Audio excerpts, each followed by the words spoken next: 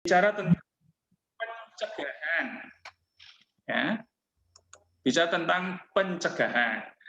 Kalau yang minggu lalu kita bicara mengenai perencanaan, mulai dari inventarisasi, kemudian penetapan ekoregien dan juga LPPPL.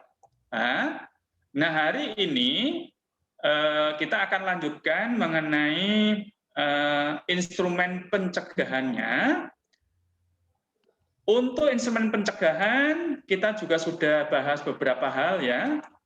Kita akan coba klik dulu lah, ini kita share dulu materinya.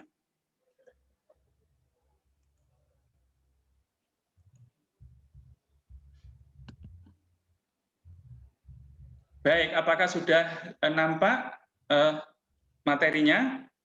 Sudah, Pak. Oke, sudah, makasih. Jadi kalau minggu lalu kita sudah bicara mengenai RPPLH, itu mulai dari inventarisasi, penetapan ekoregien, ya, juga termasuk RPPLH-nya, jadi itu bicara aspek perencanaan.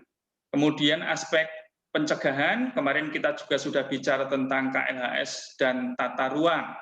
Ya. Nah, hari ini kita akan coba lanjutkan, mudah-mudahan bisa selesai.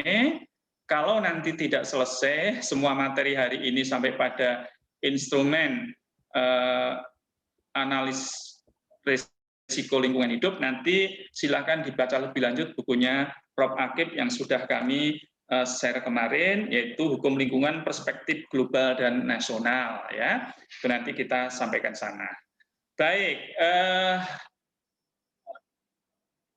hari ini kita lanjutkan, yaitu membicarakan mengenai baku mutu lingkungan. Ya, kita lihat materi kita hari ini baku mutu lingkungan. Oke, baik.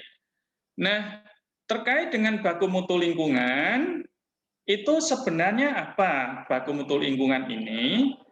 Baku mutu lingkungan sebagai ukuran untuk menentukan ada tidaknya pencemaran lingkungan. Ya. Jadi baku mutu lingkungan nanti ada baku kriteria, ya. Nah, kalau baku mutu itu bicara mengenai ada tidaknya pencemaran lingkungan, dan ini nanti akan kita bicarakan mengenai baku mutu ambien, ada baku mutu emisi udara, baku mutu gangguan, baku mutu air, baku mutu air limbah. Nah, air nanti juga ada dibagi, ada air laut juga, ya, termasuk nanti air laut. Itu kalau kita bicara baku mutu. Nah, selain baku mutu, ada instrumen lain untuk mencegah terjadinya pencemaran lingkungan, yaitu kriteria baku kerusakan.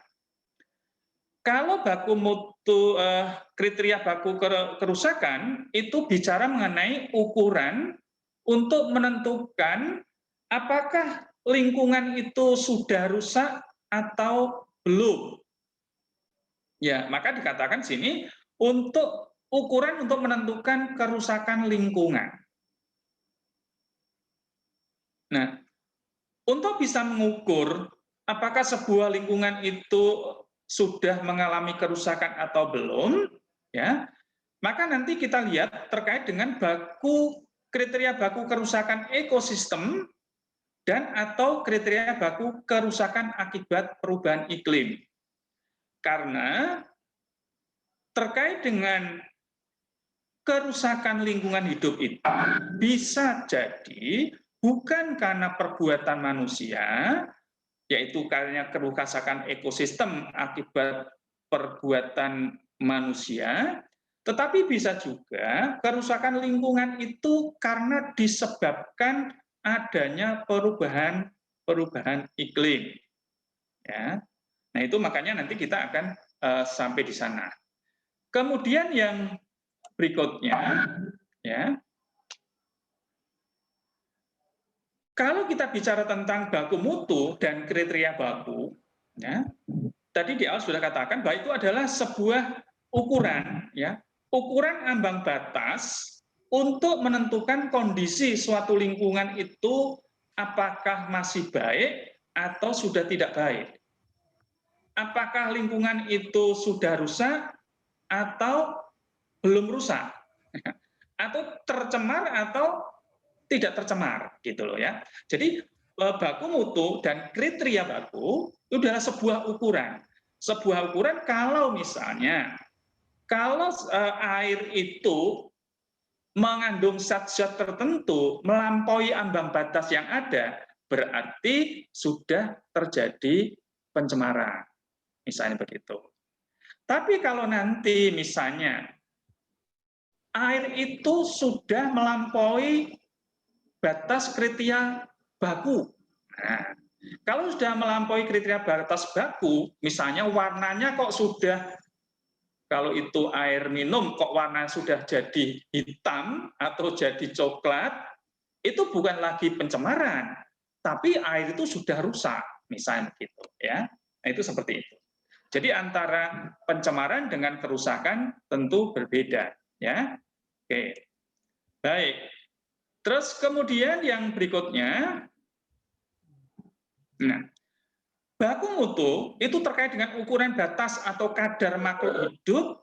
Kalau kita lebih detail lagi ya, lebih dalam lagi, kalau kita bicara apakah lingkungan kita itu tercemar atau rusak, itu kita bisa lihat dari baku mutunya.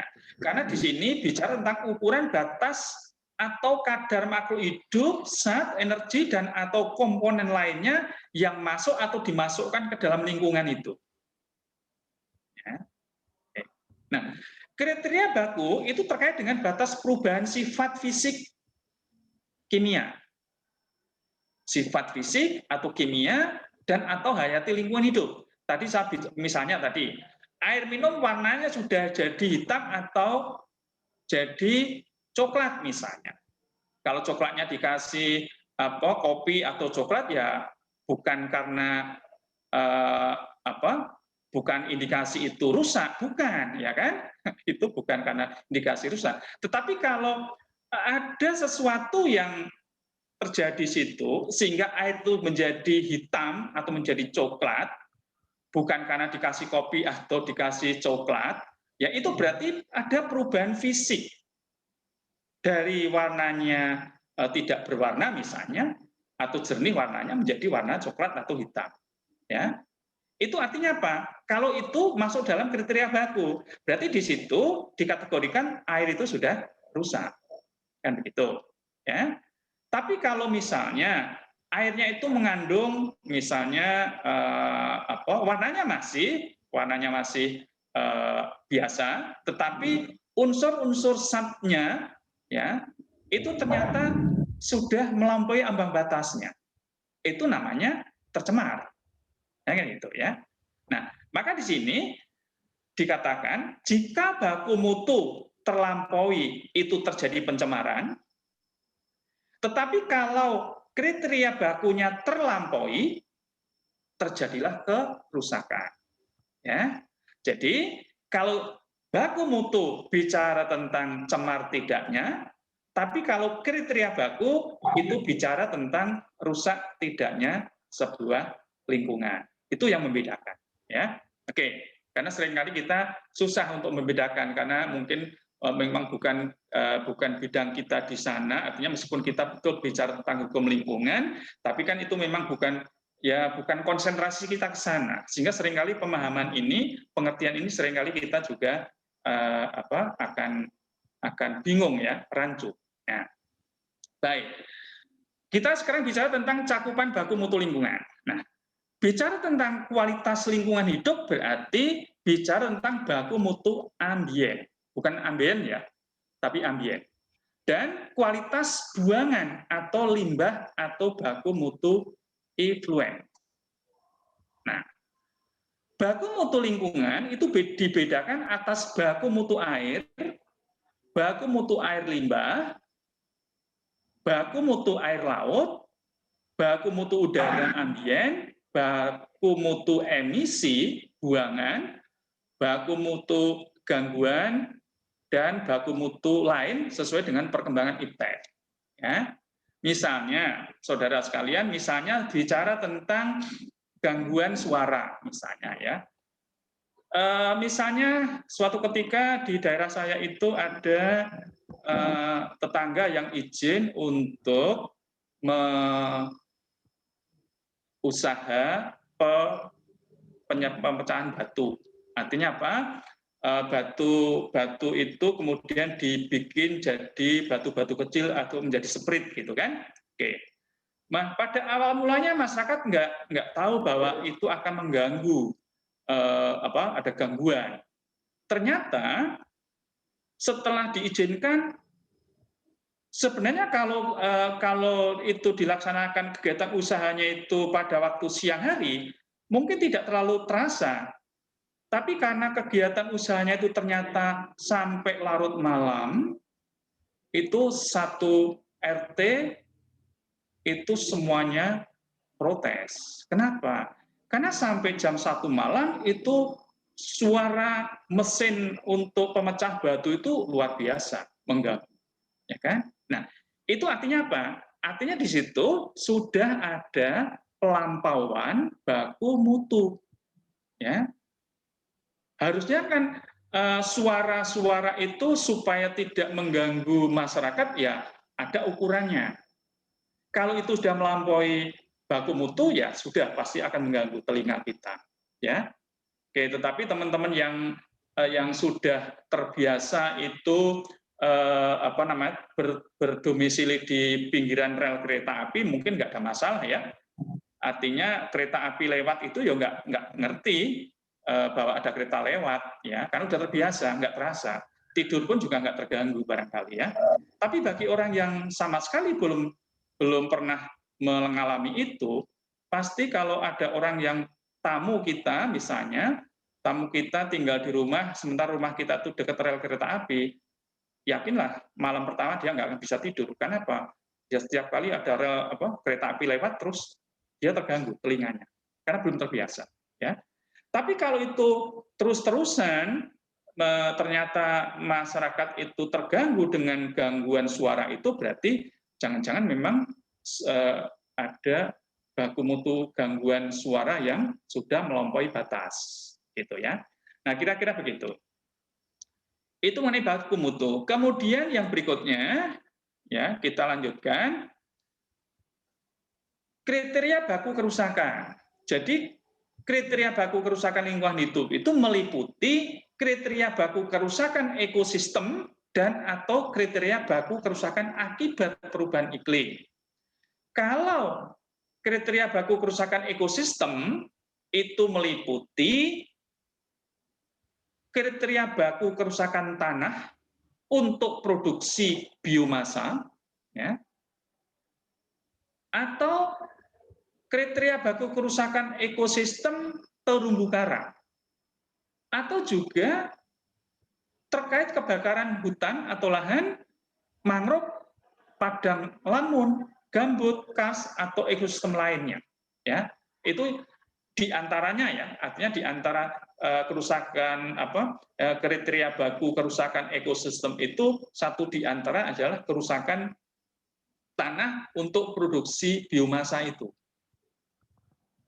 Ya, misalnya kalau kita perhatikan, misalnya petani di Lampung barangkali kalau belum terbiasa tanahnya itu ditanami singkong misalnya, itu kemudian ditanami singkong pada tahun pertama nggak usah dipupuk, pasti singkongnya besar-besar hasilnya. Tahun kedua, itu barangkali kalau nggak dipupuk, itu pasti hasilnya berkurang. Tahun ketiga, nggak dipupuk lagi, pasti nggak akan menghasilkan singkong. Nah, lama-kelamaan, kalau sudah seperti itu artinya tanah itu sudah mengalami kerusakan. Kenapa? Habis itu zat-zat yang ada di dalam tanah itu yang dibutuhkan oleh tanaman. Maka kemudian tanahnya menjadi tandus dan itu kemudian disebut dengan kerusakan tanah. Ya, begitu. Atau bisa juga terumbu karang, misalnya ya. Kalau terumbu karang jelas ya, mudah sekali untuk mengatakan itu rusak tidaknya misalnya. Begitu ada penelayan kita yang berprofesi sebagai nelayan, kemudian nelayan mengambil ikannya itu dengan cara menggunakan bom, dan ternyata bomnya itu kemudian mengenai banyak terumbu karangnya kemudian mengalami kerusakan dan sebagainya, itu pasti. Itu berarti ada kerusakan. Ya, ada kriteria baku kerusakan ekosistemnya terganggu sudah. Kemudian suatu ketika tempo hari ada kasus juga bahwa jangkarnya sebuah kapal pesiar itu bukan nyangkut ya, tetapi jangkar kapal pesiar itu jatuh ke, artinya tidak di dasar laut. Kemudian itu karena kapalnya berjalan terus sehingga jangkarnya itu merusak terumbu karang yang ada di dasar laut itu berkilo-kilometer. Itu juga artinya apa? Termasuk itu kerusakan ekosistem. Akibat apa? Tentu ini akibat perbuatan manusia. Ya, oke. Kemudian yang berikutnya kriteria baku kerusakan karena iklim. Misalnya ada kenaikan temperatur, ya, suhu udara. Sekarang kita sudah mengalami ini. Saya tahun 90-an itu di ruangan ini, di gedung Magister Hukum itu, nggak usah pakai AC, nggak usah pakai kipas angin, hawanya masih sejuk. Padahal waktu itu tanaman di luar kampus belum sebesar-besar ini, tapi situasinya sejuk. Ini sudah kurang lebih 30 tahun, perubahannya luar biasa. Ya, itu artinya apa? Ada perubahan iklim. Ada kenaikan muka air laut, ada badai dan atau kegiringan dan sebagainya ya. Oke, nah itu yang disebabkan bukan karena kalau kerusakan iklim itu memang tidak semata-mata karena ada perbuatan manusia, meskipun disinyalir juga kenapa sampai kenaikan temperatur udara itu juga banyak karena perbuatan manusia, karena banyak masyarakat itu menggunakan rumah kaca dan sebagainya ya. Oke, meskipun seperti itu. Baik, itu mengenai baku mutu ya. Nah, sekarang kita perhatikan bahwa antara baku mutu lingkungan dan kriteria baku kerusakan itu, di mana di dalam Undang-Undang Lingkungan Hidup itu akan diatur lebih lanjut di dalam PP.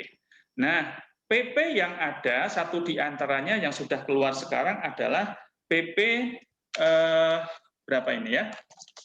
PP 22 tahun 2021 ya. Itu pelaksanaan dari Undang-Undang Cipta Kerja. Oke. Nah, dari sekalian mungkin nanti saya akan tanya kepada saudara sekalian, gimana sih cara membaca atau menuliskan pasal-pasal di dalam di dalam Undang-Undang Cipta Kerja ya.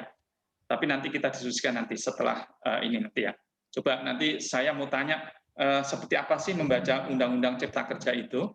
Kalau nanti kita mau mengutip Undang-Undang Cipta Kerja itu nanti seperti apa cara menulisnya gitu loh ya. Supaya nanti kita tidak salah ya. Oke, karena sampai hari ini saya belum menemukan. Barangkali nanti mahasiswa sudah ada yang menemukan itu tentang tata aturan mengutip pasal-pasal atau mengutip Undang-Undang Cipta Kerja. Ya, baik. Nah, dari sisi hukum administrasi, baku mutu lingkungan dan kriteria baku kerusakan itu tentu sangat erat kaitannya dengan prosedur perizinan. Ya, prosedur perizinan. Mungkin nanti akan kita bahas lagi ya. Apakah masih ada atau Pak izin lingkungan itu, misalnya gitu kan? Oke. Ya, tentu saya akan mengatakan ya masih gitu loh ya, meskipun bentuknya lain gitu ya. Maka nanti di dalam prosedur perizinan lingkungan itu, baku mutu dan kriteria baku harus dicantumkan sebagai persyaratan di dalam perizinan lingkungan itu. Ya. di dalam perizinan lingkungan. Oke. Meskipun nanti namanya bukan perizinan lingkungan ya, tapi persetujuan lingkungan gitu ya nanti. Oke. Baik. Nah, sehingga untuk dapat izin lingkungan atau persetujuan lingkungan di dalam penyusunan AMDAL itu harus memperhatikan juga baku mutu dan kriteria baku kerusakan itu. Ya. Jadi nanti di dalam mendapatkan persetujuan lingkungan, mau tidak mau di dalam menyusun AMDAL atau UKL UPL itu juga harus memperhatikan baku mutu dan kriteria baku kerusakan lingkungan. Nah, pertanyaannya adalah ya, kalau nanti bicara tentang apa namanya? Kriteria baku dan baku mutu dan kriteria baku itu antara daerah satu dengan daerah lain itu bisa berbeda, ya. Maka dikatakan di sini baku mutu lingkungan dan kriteria baku kerusakan lebih lanjut diatur dalam PP atau peraturan menteri dan tidak harus sama daerah satu dengan daerah yang lain itu terkait dengan baku mutu dan kriteria baku kerusakan.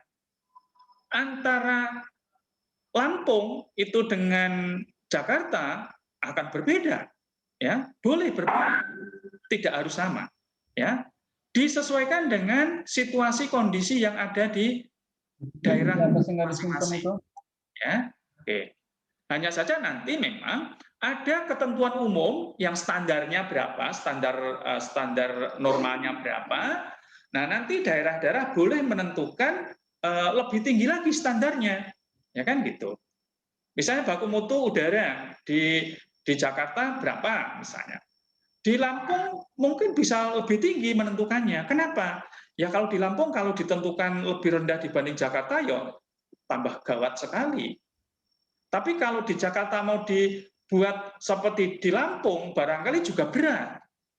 Kenapa? Ya di Jakarta kan begitu polusinya luar biasa, ya nggak mungkin akan dibuat seperti di daerah, ya. Oke, maka itu di daerah boleh lebih kritis lagi di dalam menentukan baku mutu dan kriteria baku kerusakan itu, ya. Baik, pasti nanti berbeda antara daerah satu dengan daerah lain dan itu memang diperbolehkan, ya. Oke. Nah, itu tentang baku mutu dan kriteria baku kerusakannya. Kita lanjutkan sekarang yaitu tentang AMDAL, ya. Nah, terkait dengan kajian dampak lingkungan, ya. AMDAL baik itu di dalam Undang-Undang 32 2009 dan Undang-Undang Cipta Kerja masih sama bahwa AMDAL itu diperlukan bagi kegiatan-kegiatan usaha yang mempunyai dampak penting terhadap lingkungan. Ya. Jadi kalau ada kegiatan-kegiatan yang berdampak penting terhadap lingkungan, itu wajib AMDAL. Nah, apa fungsinya? Fungsinya sebagai dasar penetapan kelayakan lingkungan untuk mendapatkan persyaratan persetujuan lingkungan. Ya, ya. Memang istilahnya bukan perizinan izin lingkungan ya, tetapi nanti istilahnya ada persetujuan lingkungan.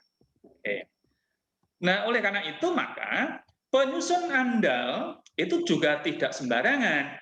Penyusun AMDAL harus memiliki sertifikasi penyusunan AMDAL ataupun ya punya lisensi, ya punya sertifikat ataupun punya lisensi. Ya. Dan sudah banyak lembaga-lembaga itu yang menyelenggarakan kursus-kursus penyusunan AMDAL itu yang kemudian para pesertanya nanti akan diberi sertifikat penyusun AMDAL.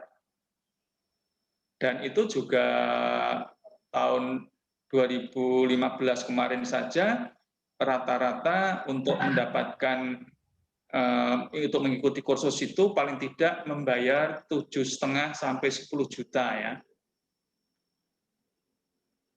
Mahal memang. Tapi itu bagi orang-orang yang bersertifikat ini, ya kalau dapat pekerjaan juga lumayan juga, ya. Oke. Nah, dokumen AMDAL yang disusun oleh oleh pengusaha ya, kalau yang mempunyai kegiatan usaha, ya, itu nanti akan dinilai oleh tim uji kelayakan lingkungan, ya.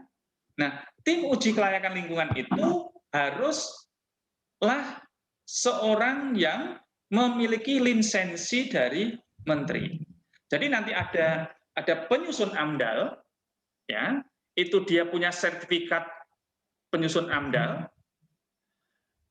Penyusun AMDAL nanti biasanya akan dimintai tolong oleh para calon pengusaha tadi, ya, untuk menyusun dokumen AMDAL-nya. Setelah dokumen AMDAL nanti itu disusun oleh orang yang punya sertifikat AMDAL, nanti akan diuji oleh tim uji kelayakan lingkungan. Nah, tim uji kelayakan lingkungan itu kalau dulu namanya Komisi AMDAL, ya. Sekarang dengan Undang-Undang Cipta Kerja, Komisi AMDAL nggak lagi, namanya tim uji kelayakan lingkungan. Dan tim uji kelayakan lingkungan ini harus punya lisensi dari menteri. Menteri siapa? Menteri Lingkungan Hidup. Ya, begitu. Ini yang terjadi. Oke. Nah, nanti kita akan bicara sedikit tentang AMDAL ya. Nah, terkait dengan kebijakan di dalam penyusunan AMDAL atau di dalam pengelolaan lingkungan hidup itu khususnya kaitan nanti dengan perizinan lingkungan, ya, itu sudah beberapa regulasi dikeluarkan oleh pemerintah.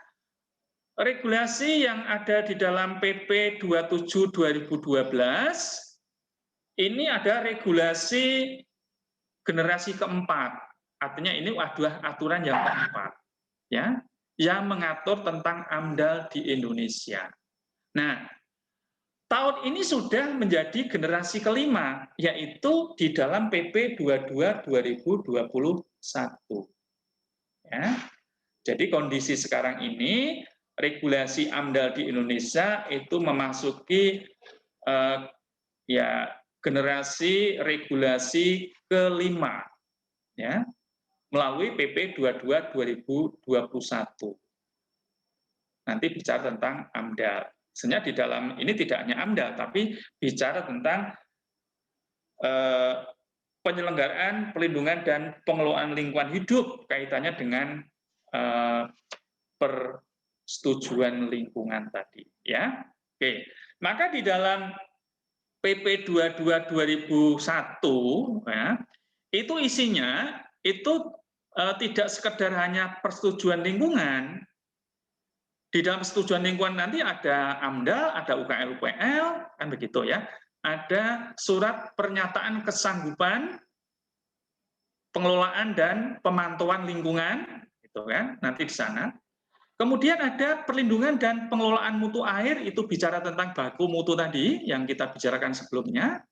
Perlindungan dan pengelolaan mutu udara, perlindungan pengelolaan mutu laut, pengendalian kerusakan lingkungan hidup, pengelolaan limbah B3, bukan 83 ya itu ya, tapi B3, ya. Kemudian dana penjaminan untuk pemulihan fungsi lingkungan hidup. Nah, sekarang ada ya. Kalau dulu belum ada, sekarang sudah ada dana penjaminan untuk pemulihan fungsi lingkungan hidup. Jadi kalau nanti ada perusahaan yang wajib AMDAL, itu nanti dia harus punya uang jaminan yang ditaruh di bank yang ditunjuk oleh pemerintah. Kalau nanti perusahaan itu nanti suatu ketika melakukan atau ya perusahaan itu ternyata mencemari atau merusak lingkungan, maka kemudian uang jaminan itulah yang akan digunakan untuk memulihkan fungsi lingkungannya, ya. Kemudian ada sistem informasi lingkungan hidup, ada pembinaan dan pengawasan serta pengenaan sanksi administrasi. Nah, ini lengkap sekali di dalam PP 22/2021, Saudara. Nanti kalau Anda buka PP 22 2021, saudara pasalnya nggak main-main. Nggak main-main maksudnya bukan sedikit pasalnya. Berapa? 534 pasal. Nah, bingung kan? Saya sendiri bingung itu, berapa halaman itu ya? Oke. 534 pasal itu PP 22 2021. Coba hafal nggak kira-kira? Hafal gimana Pak? Ya, orang hukum kan nggak harus hafal, tapi yang penting mengerti kan ya. Baik, kalau hafal bukan inilah, ya, bukan ranah kita untuk menghafal pasal itu. Memahami pasal, memahami undang-undang, ya. Baik, ini tentang AMDAL-nya. Nah, sekarang kalau kita bicara tentang AMDAL, ya, bagaimana prinsip-prinsip di dalam pengaturan AMDAL di dalam Undang-Undang Cipta Kerja? Ini. Jadi adik-adik sekalian nanti setelah kuliah ini silahkan nanti di-download ininya materinya karena ada kemarin kan bentuknya PDF. Nah, itu ada beberapa tambahan dan revisi karena kami sesuaikan dengan PP 22 2021 ya. Itu nanti silahkan di-download bentuknya PPT ya. Oke. Nah, ini di sini saudara sekalian yang paling penting kita sampaikan terkait dengan Undang-Undang Cipta Kerja dan PP 22 2021. Ya. Apa? Yang pertama terkait dengan perubahan nomenklatur perizinan. Ya. Nomenklaturnya perizinan bukan izin lingkungan lagi tetapi persetujuan lingkungan, ya. Oke. Kemudian pengintegrasian izin lingkungan artinya pengintegrasian perizinan lingkungan itu dengan izin usaha. Termasuk nanti AMDAL, UKL, UPL, kesanggupan pengelolaan dan pemantauan lingkungan itu nanti juga harus sudah terintegrasi di dalam izin usaha itu. Itu ya. Oke, sudah terintegrasi di sana. Oke. Kemudian transformasi Komisi Penilai AMDAL menjadi tim uji kelayakan. Tadi di awal saya sampaikan ya. Jadi tidak ada lagi namanya Komisi Penilai AMDAL, tetapi diganti namanya tim uji kelayakan. Ya, tentu persyaratannya juga ya sama aja sebenarnya, tidak ada perubahan, paling nanti teknisnya aja. Ya, uji kelayakan dokumen AMDAL oleh ahli bersertifikat. Nah, uji kelayakan dokumen AMDAL oleh ahli bersertifikat. Ya, tidak hanya bersertifikat, berlisensi ya, karena nanti yang melakukan uji kelayakan dokumen itu adalah tapi tim uji kelayakan itu. Ya. Kemudian pengaturan keterlibatan masyarakat itu diatur sedemikian rupa sekarang peran sertanya ya di dalam izin perizinan lingkungan itu. Kemudian integrasi izin pengelolaan dan pelindungan lingkungan hidup dan andalalin ke dalam dokumen lingkungan. Ya, jadi sudah diintegrasikan, Bu, dan sudah ya. Nanti diintegrasikan. Nah, artinya memang secara prinsip bahwa konsep tentang perizinan lingkungan itu tidak berubah, ya, tidak berubah dari peraturan-peraturan yang sebelumnya. Tetapi memang di sini ada semacam penyempurnaan kebijakan dalam aturan pelaksanaannya. Untuk apa? Untuk lebih memberikan kemudahan kepada setiap orang di dalam memperoleh persetujuan lingkungan, ya. Nah, untuk mendapatkan persetujuan lingkungan itu setiap orang dipermudah meskipun tidak meninggalkan prinsip-prinsip di dalam memenuhi ketentuan yang sudah ditetapkan. Misalnya terkait dengan UKM.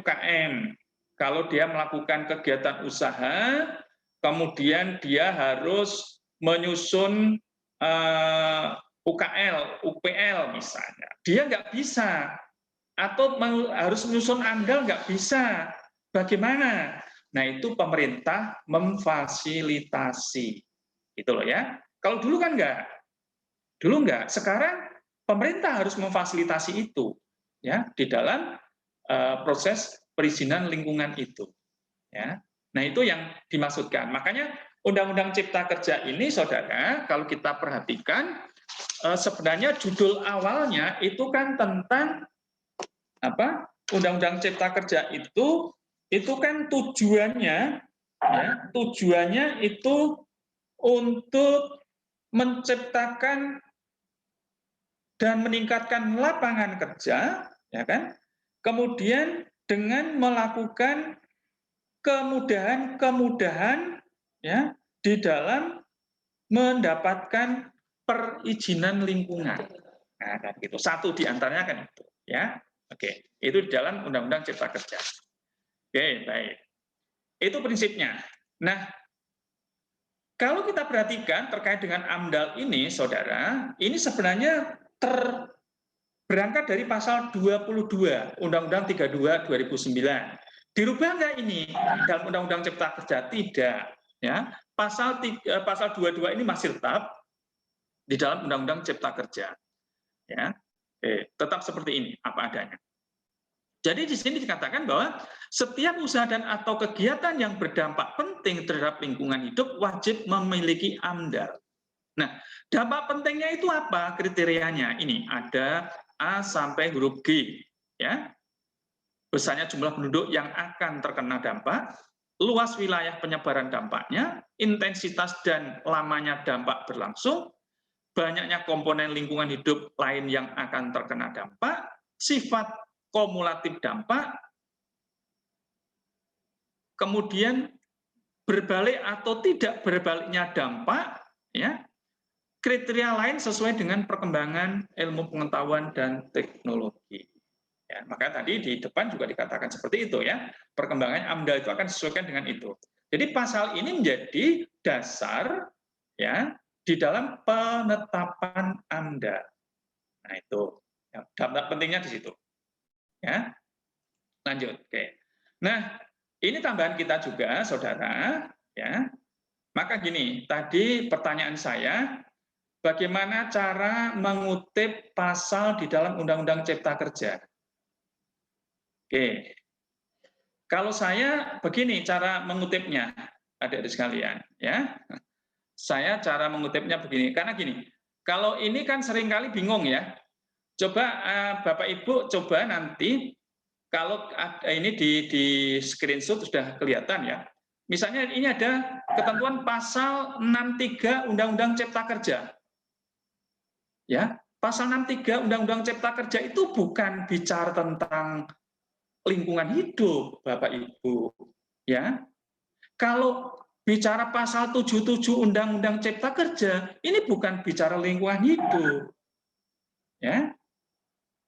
Kenapa? Karena bicara tentang Undang-Undang Lingkungan Hidup itu di dalam Undang-Undang Cipta Kerja itu diaturnya di pasal 22. Pasal 21 dan 22 Undang-Undang Cipta Kerja itu mengatur tentang perubahan Undang-Undang Lingkungan Hidup. Ya. Kenapa? Karena Undang-Undang Cipta Kerja itu yang 1000 sekian halaman itu kan pasalnya nggak banyak. Pasalnya itu hanya 186. Ya. Jadi Undang-Undang Cipta Kerja itu pasalnya hanya 186 pasal. Tapi satu pasal itu bisa puluhan isinya. Ya. Isinya puluhan subpasal gitu loh ya. Makanya kalau tadi saya lihat, perhatikan gimana cara menyebutkan atau mengutip undang-undang. Kalau saya begini, jadi pasal 22 angka 13 Undang-Undang Cipta Kerja, kan? Pasal 22 angka 13 itu merubah ketentuan pasal 35 Undang-Undang 32 2009. Ya. Oke. Jadi dalam pasal 22 angka 13 Undang-Undang Cipta Kerja itu isinya adalah perubahan pasal 35 Undang-Undang 32 2009. Sebab kalau nanti mahasiswa hanya mengatakan lihat pasal 35 Undang-Undang Cipta Kerja, nggak ketemu. Anda tidak akan menemukan ini, ya, tidak akan menemukan pasal ini, ya, karena pasal 35 Undang-Undang Cipta Kerja bukan ini isinya, begitu loh ya. Oke, jadi nanti, tetapi silakan nanti coba Anda yang sudah menemukan cara menuliskan Undang-Undang Cipta Kerja seperti apa. Kalau saya seperti ini. Ya, pasal 22 angka 13 Undang-Undang Cipta Kerja dalam kurung pasal 32 Undang-Undang 32 2009 itu isinya ini, ya. Dikatakan usaha dan atau kegiatan yang tidak wajib dilengkapi UKL UPL sebagaimana masuk dalam 34 wajib membuat surat pernyataan kesanggupan pengelolaan dan pemantauan lingkungan hidup yang terintegrasi ke dalam nomor induk berusaha. Nah, itu ya. Nanti ada nomor induk berusaha, ya. Oke. Kemudian penetapan jenis usaha dan atau kegiatan sebagai masuk dalam ayat 1 dilakukan terhadap kegiatan yang termasuk dalam kategori berisiko rendah. Ya. Kemudian ketentuan lebih lanjut mengenai surat pernyataan kesanggupan pengelolaan dan pemantauan lingkungan hidup diatur dalam peraturan pemerintah. Ini tentu berbeda, saudara, dengan ketentuan pasal 35 asli Undang-Undang ini, ya, Undang-Undang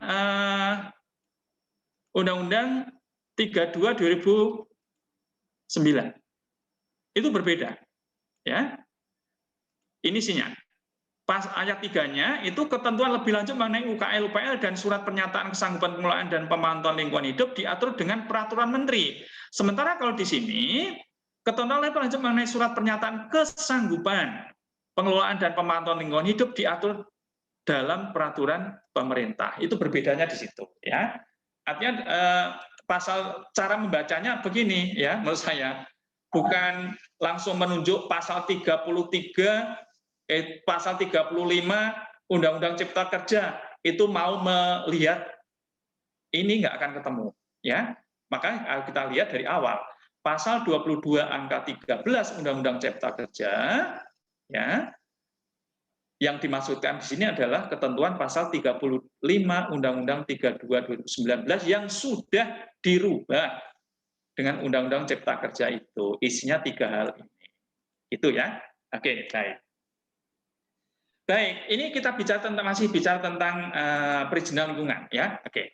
Nah, pengaturan integrasi persyaratan dan kewajiban aspek lingkungan ke dalam perizinan berusaha. Ini.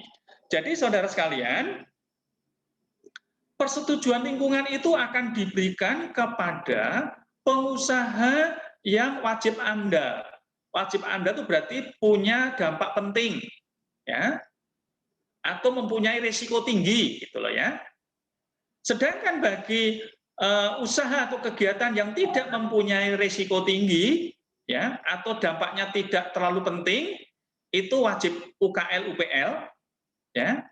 Sementara bagi yang risikonya rendah atau tidak punya dampak penting, tetap juga harus punya persetujuan lingkungan. Tetapi dia hanya membuat surat pernyataan pengelolaan dan pemantauan lingkungan, ya. Surat pernyataan kesanggupan pengelolaan dan pemantauan lingkungan. Nanti ini semua dokumen-dokumen ini nanti kalau disetujui maka dia akan mendapatkan, ya, kalau AMDAL tadi misalnya sudah diuji oleh tim uji tim uji lingkungan, kemudian UKL UPL juga sudah mendapatkan persetujuan dari pemerintah atau pemerintah daerah, kemudian surat pernyataan kesanggupan juga sudah disetujui, maka kemudian muncullah persetujuan lingkungan tadi. Nah, persyaratan ini nanti akan diintegrasikan, ya, AMDAL, UKL UPL, kesanggupan tadi di dalam penerbitan izin usaha, ya. Sehingga nanti yang dikatakan semangat Undang-Undang Cipta Kerja itu menyederhanakan regulasi perizinan di sini tempatnya, ya. Persyaratan-persyaratannya dipermudah, gitu loh ya. Tapi meskipun dipermudah bukan berarti kemudian menghilangkan prinsip-prinsip kehati-hatian, tidak juga. Ya, oke. Maka di sini izin lingkungan tidak dihilangkan, namun tujuan dan fungsinya diintegrasikan ke dalam perizinan berusaha. Ya, memang istilah izin lingkungan itu kemudian sudah nggak ada lagi, karena yang ada adalah persetujuan lingkungan. Itu, ya. Oke. Kemudian kita perhatikan di sini. Integrasi persetujuan lingkungan ke dalam perizinan berusaha seperti apa? Nah, tadi ada dokumen lingkungan, ada AMDAL, ada UKL UPL, ada surat pernyataan atau surat kesanggupan ya, surat kesanggupan.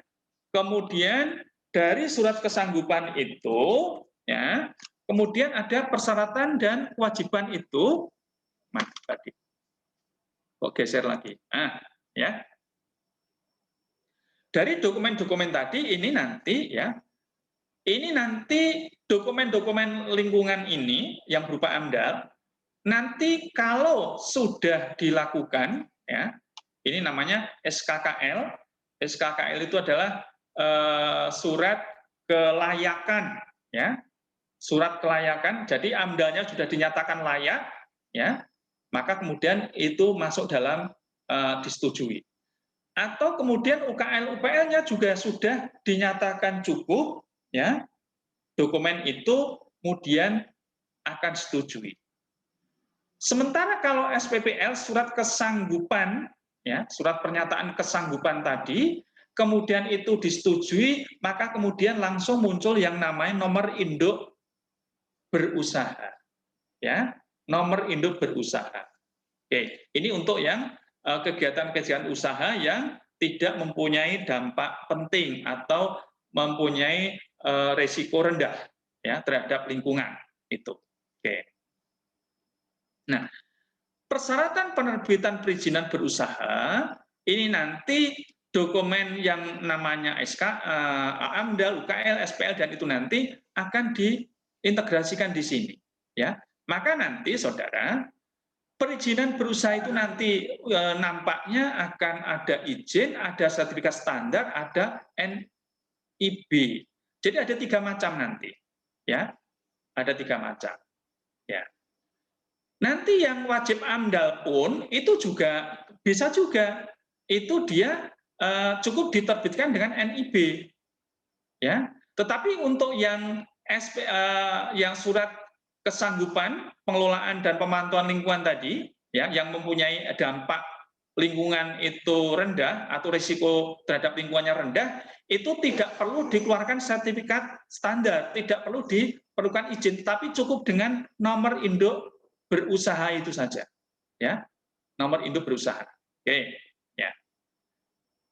Nah kemudian saudara, terkait dengan penerbitan izin usaha tadi, karena perizinan berusaha itu nanti terintegrasi dengan persetujuan lingkungan, ya, maka di sini ada kewajiban pengawasan oleh pemerintah, ya, ada kewajiban pengawasan oleh pemerintah dan itu diatur di dalam pasal 72 dan 76.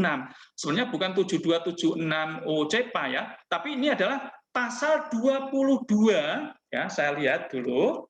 77 itu di angka berapa? Ya. Oke, ya.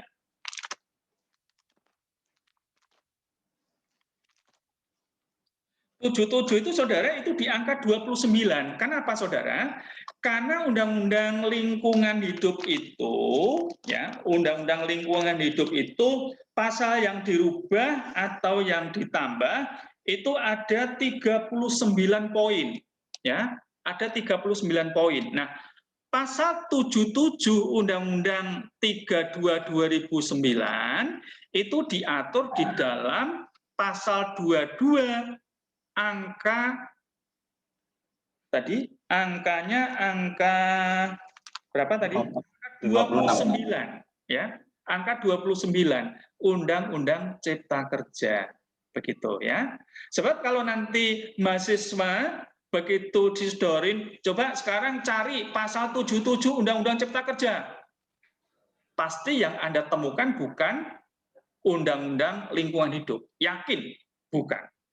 Karena Undang-Undang Lingkungan Hidup itu hanya diatur, bukan hanya, karena pengaturan Undang-Undang Lingkungan Hidup di dalam Undang-Undang Cipta Kerja itu ada di dalam pasal 21 dan 22. Hanya 2 pasal. Ya. Pasal 22 mengatakan bahwa ada perubahan dalam persetujuan lingkungan. Pasal 21, pasal 22-nya terdiri dari 39 poin atau 39 angka, ya. Oke. Itu seperti itu kira-kira. Oke ya. Maka tadi di dalam pasal 21 ya, Undang-Undang Cipta Kerja dikatakan dalam rangka memberikan kemudahan bagi setiap orang dalam memperoleh persetujuan lingkungan, maka undang-undang ini mengubah, menghapus, menetapkan pengaturan baru beberapa terkait dengan perizinan usaha yang diatur di dalam Undang-Undang 32 2009. Itu loh. Saudara, Undang-Undang Cipta Kerja kaitannya dengan perubahan Undang-Undang Lingkungan Hidup itu tidak semata-mata hanya mengatur tentang perizinan lingkungan, tetapi di sini dikatakan terkait dengan perizinan berusaha, gitu loh ya. Jadi kemudahan mendapatkan perizinan, mendapatkan persetujuan lingkungan dalam mendapatkan perizinan usaha, gitu ya. Pasal 22-nya barulah kemudian mengatakan beberapa ketentuan di dalam Undang-Undang 32 2009 itu diatur sedemikian rupa menjadi tadi ada 39 poin yang diatur, ya. Oke, baik. Itu yang nah, apa yang menjadi kewenangan dari si pemberi persetujuan lingkungan, ya? Karena dengan persetujuan lingkungan tadi dia akan mendapatkan usaha, mendapatkan izin usaha, gitu loh ya. Maka di dalam hal ini, setelah izin usaha itu diterbitkan, kalau dulu kan begini ya, kalau dulu itu izin lingkungan diterbitkan sebagai syarat untuk menerbitkan izin usaha, kan begitu ya. Kalau sekarang enggak, kalau persetujuan lingkungan itu sudah ada, otomatis itu adalah izin usahanya muncul, karena di dalam izin usaha itu sudah terintegrasi dengan dokumen-dokumen lingkungan tadi, gitu loh ya, itu maksudnya. Nah, maka dengan terbitnya izin usaha ini, setelah diterbitkan dalam izin usaha itu, pemerintah punya kewajiban apa? Melakukan pengawasan terkait dengan ketaatan penanggung jawab usaha kegiatan terhadap perizinan usahanya. Nah, ketaatan terhadap kegiatan perizinan usaha mencakup di dalamnya adalah persyaratan-persyaratan lingkungannya. AMDAL, UKL, kesanggupan, pengelolaan dan pemantauan lingkungan tadi. Ya, oke. Nah, kalau nanti misalnya pemerintah daerah dianggap oleh pemerintah pusat tidak tegas di dalam melakukan pengawasan dan tindakan, maka pemerintah pusat punya hak untuk melakukan pengawasan, bahkan kemudian memberikan sanksi. Ya, oke. Kepada siapa? Kepada penanggung jawab usaha atau kegiatan jika hasil pengawasan ditemukan terhadap pelanggaran perizinan usaha itu. Ya, oke. Itu artinya apa nanti, saudara? Jangan nanti ada pemerintah daerah yang merasa merasa ini kok saya dikangkangi sama pemerintah pusat ya. Ya justru itu, makanya pemerintah daerah juga harus betul-betul di dalam melakukan pengawasan itu terhadap para pengusaha yang mendapatkan izin usaha tadi. Jangan sampai nanti izin usahanya yang menerbitkan itu pemerintah daerah, tapi yang melakukan teguran terhadap pengusaha malah pemerintah pusat. Kenapa? Pemerintah daerah lalai, pemerintah daerah abai untuk melakukan itu. Itu jangan sampai terjadi. Kalau itu terjadi, malu bagi tentu daerah pasti malu seperti itu. Kalau kemudian yang melakukan teguran itu adalah pemerintah pusat, ya. Itu jangan sampai terjadi. Itu saudara terkait dengan integrasi kemudahan di dalam persetujuan lingkungan tadi, ya. Oke. Nah, di sini saudara tadi saya syaratkan, ya, artinya bahwa di dalam mendapatkan persetujuan lingkungan itu pengusaha hanya dibedakan jadi 3 tadi, ya. Artinya apa? Yang punya tingkat risiko usaha tinggi, ya tadi yang dampak penting misalnya tadi yang saya sampaikan, kemudian yang mendapat punya tingkat risiko sedang dan yang rendah, ya. Oke. Dan di sini saudara, kalau kita bicara di sini tentang tingkat risiko yang sedang tinggi dan ya di antara menengah dan rendah itu tentu ini tidak sama dengan pengertian dengan UKL misalnya, ya. Kan ada juga yang ada risiko usahanya itu menengah tinggi, ada menengah rendah, ya sedang. Ini nanti ada 2 macam nanti. Ada yang perlu cukup dengan NIB saja, tapi ada yang cukup dengan sertifikat standar. Kalau yang izin ini adalah untuk yang risiko tinggi, ya. Yang wajib AMDAL itu nanti akan mendapatkan izin usaha, ya, namanya ya. Tapi kalau yang ini menengah tinggi dan menengah rendah serta yang rendah tingkat risiko usahanya itu bisa mendapatkan sertifikat standar, bisa mendapatkan NIB, ya. Oke. Dan di sini saudara, NIB sebagai perizinan berusaha telah mengintegrasikan SPPL. Nah, ini SPPL-nya ini, ya. Jenis dokumen lingkungan yang diperlukan. Surat pernyataan kesanggupan pengelolaan dan pemantauan lingkungan. Itu ya. Oke. Ini. Baik. Begitu terkait dengan tingkat risiko. Ini sebenarnya ini tadi ada kaitannya dengan pasal 22 Undang-Undang 32 2009, ya, yang berdampak penting tadi loh ya, berdampak penting. Nah, cuma di sini kemudian dikategorikan lagi tingkat risiko usaha tinggi, menengah rendah, dan rendah.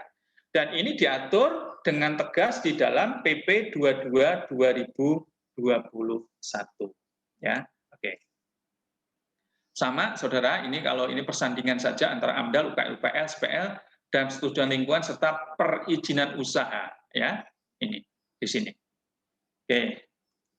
Nah, silakan nanti Bapak saudara-saudariku untuk dibaca lebih lanjut barangkali ya, terkait dipahami dengan benar, tetapi untuk memahami tolong juga dibaca minimal di dalam pasal 22 ya, 22 Undang-Undang Cipta Kerja tentang perubahan Undang-Undang 32 2009 ya, yang ada 39 angka itu nanti bisa dipelajari ini kaitannya nanti utamanya kaitannya dengan perizinan lingkungan tadi ya. Oke. Perizinan lingkungan atau persetujuan lingkungan. Oke. Baik. Nah, saudara sekalian, itu untuk hari ini dan tentu untuk kelanjutannya kalau kita bicara tadi tentang apa namanya? Aspek pencegahan terhadap perusakan dan pencemaran lingkungan, ya, ini kaitannya dengan aspek ini tadi, saudara, ya. Karena tadi kita bicara tentang dari baku mutu, kriteria baku lingkungan, AMDAL, UKL, perizinan. Nah, kaitannya nanti dengan audit lingkungan hidup, kemudian peraturan-peraturan berbasis lingkungan hidup. Silakan nanti dibaca tersendiri bukunya dari Prof. Akib itu, dan saudara-saudari silakan di WA kemarin kami sudah kirim juga link untuk internal conference OLIKOS yang akan dilaksanakan oleh Unitas Lampung pada tanggal 6 sampai 7 Juni nanti ya. kalau nggak salah itu ditunggu sampai itu ya naskahnya. Dan saya berterima kasih karena pada waktu Semnas kemarin, seminar nasional kemarin, ada beberapa mahasiswa yang sudah ikut serta di sana dan mengirimkan naskahnya. Tapi sayang memang belum banyak ya. Saya nggak tahu, mungkin Anda sayang barangkali ya, lebih baik ikut di international conference gitu kan. Kalau Semnas kan tingkatannya kecil ya, nggak apa-apa, silahkan. Nah makanya kami tunggu. Dan Pak Akib sudah menganjurkan kepada saya, ya, silakan mahasiswa yang kemarin barangkali sudah punya naskah yang dikirim untuk memenuhi persyaratan UTS kemarin dari hukum lingkungan yang sudah dikirim ke Fiklas. Kemarin sudah ada saya baca beberapa tulisan, sebenarnya sudah bagus juga, hanya tadi saya ingatkan kembali diperbaiki abstraknya, yang belum ada abstrak dikasih abstrak, kemudian yang referensinya belum mengutip tulisan-tulisan dari dosen di Fakultas Hukum, silakan itu ditambahkan, ya, dan silakan untuk dikirim ke Olikos. Itu juga gratis, saudara, dan itu nanti bisa menjadi, karena itu nanti akan dibuat proseding, dan nanti kalau sudah muncul di proseding, sudah Anda bisa jadikan syarat untuk klaim untuk mengajukan seminar proposal nanti. Untuk pengajuan judul, monggo silahkan. Kami tunggu segera, meskipun juga tetap ada yang belum ya. Nah itu.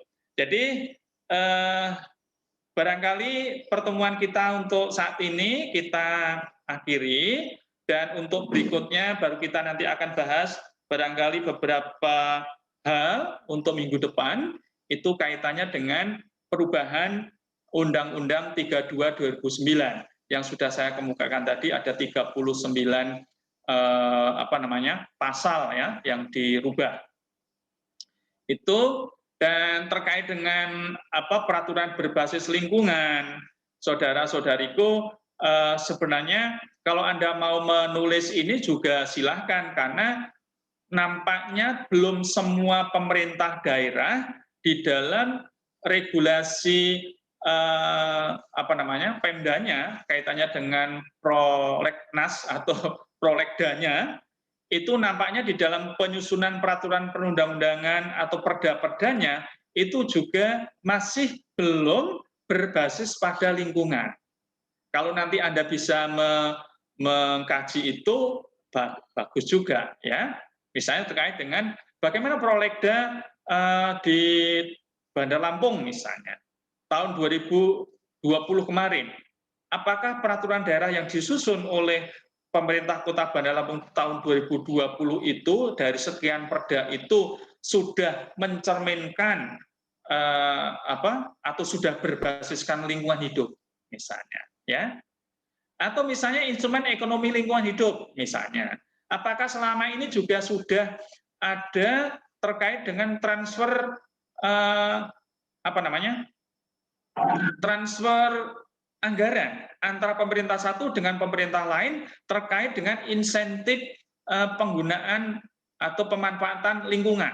Misalnya terkait dengan, kalau instrumen ekonomi lingkungan itu kan kaitannya gini loh, siapa yang memanfaatkan jasa lingkungan membayar misalnya, atau siapa yang menjaga dan memelihara lingkungan nanti akan mendapatkan bayaran misalnya. Termasuk misalnya pemerintah kota metro ataupun Lampung Tengah ataupun Lampung Timur yang selama ini mendapatkan jatah air air irigasi yang berasal dari waduk Batu Degi misalnya. Apakah memang selama ini Lampung Tengah, Metro, dan Lampung Timur juga memberikan kontribusi kepada masyarakat di Tanggamus? Masyarakat Tanggamus dilarang untuk menebang hutan di sekitaran waduk. Begitu menghasilkan air yang nikmati bukan orang Tanggamus, yang nikmati ternyata orang Lampung Timur, Lampung Tengah, dan Metro misalnya. Nah, terus apa kontribusinya pemerintah daerah itu kepada pemerintah kota, pemerintah Tanggamus? Itu coba lihat, itu berarti bicara tentang instrumen ekonomi di lingkungan hidup.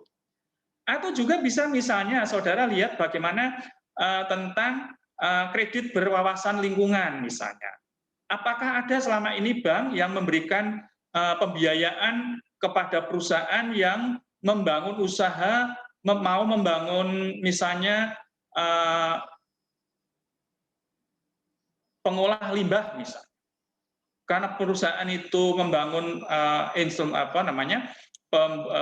instrumen atau alat untuk mengolah limbah, kemudian dia diberi kredit, kreditnya ringan. Kenapa? Karena uang itu ternyata untuk membangun pengolahan limbah. Apa sama saja kredit yang diberikan kepada pengusaha untuk membangun pengolah limbah dengan untuk membangun usaha yang lainnya? Ya kalau sama saja, kredit yang diberikan, bunganya sama saja, itu artinya tidak ada instrumen hukum atau terkait dengan kredit berwawasan lingkungan itu. Padahal harusnya ada. Seperti itu. Termasuk anggaran berbasis lingkungan. Bagaimana terkait dengan anggaran-anggaran yang disusun oleh Pemda itu di dalam APBD-nya terkait dengan aspek lingkungan? Jangan-jangan terabaikan juga. Ya, itu. Misalnya seperti itu. Nah, silakan saudara sekalian itu nanti baca lebih lanjut bukunya Prof. Akid dan itu bisa menjadi dikembangkan apakah nanti di dalam penulisan naskah, jurnal, bukan jurnal saja, tetapi juga naskah untuk untuk Olikos nanti, atau mungkin juga untuk tugas-tugas yang lainnya. Dan yang terakhir, saudara sekalian, saya ingatkan. Nanti buka di Fiklas, nanti akan saya buka, di situ ada tugas dan kemudian harus Anda unggah, nggak banyak itu, bukan banyak. Artinya hanya pertanyaan, silakan didiskusin, boleh didiskusikan dengan teman-teman, tapi mohon hasilnya nanti diunggah paling lambat tanggal 4 Juni. Ya, artinya paling lambat hari Jumat 4 Juni 2021. Saya tunggu sampai jam 6 sore. Ya, jadi artinya saya beri waktu 1 minggu ya untuk pertanyaan untuk bisa dijawab. Demikian saudara-saudariku pertemuan sore hari ini dan mudah-mudahan kita semua masih diberikan kesehatan, keselamatan dan ya umur panjang tentu. Kita juga kemarin kita kehilangan salah satu ya dosen kita dan barangkali yang dulu pernah mendapatkan bimbingan ataupun perkuliahan dari Prof. Wahyu, ya kita juga minta doanya supaya arwah beliau sungguh mendapatkan tempat di sisi Allah ya Bapak Ibu sekalian untuk Prof. Wahyu. Ya, dan kita semua juga diberikan kesehatan dan keselamatan. Amin. Baik, Pak Aryansah, Mbak Karisa, semuanya, Mbak Vita, saya panggil satu-satu nanti waktunya habis, tapi semuanya saja saya mengucapkan selamat sore, silakan lanjutkan dengan aktivitas yang lain, dan jangan lupa juga untuk absen di Fiklas dan segera silakan nanti bisa diunduh terkait dengan materinya, termasuk juga ada pertanyaan yang barangkali bisa didiskusikan bersama, boleh, asalkan enggak copy paste nanti ininya. Jawabannya tidak copy paste kemudian diunggah di kelas ya. Asal bukan copy paste nggak apa-apa ya. Silahkan kami akhiri dengan ucapan selamat sore, sampai ketemu minggu yang akan datang. Selamat sore Pak. Terima kasih Pak. Yuk, selamat sore. Izin lab ya. Yuk,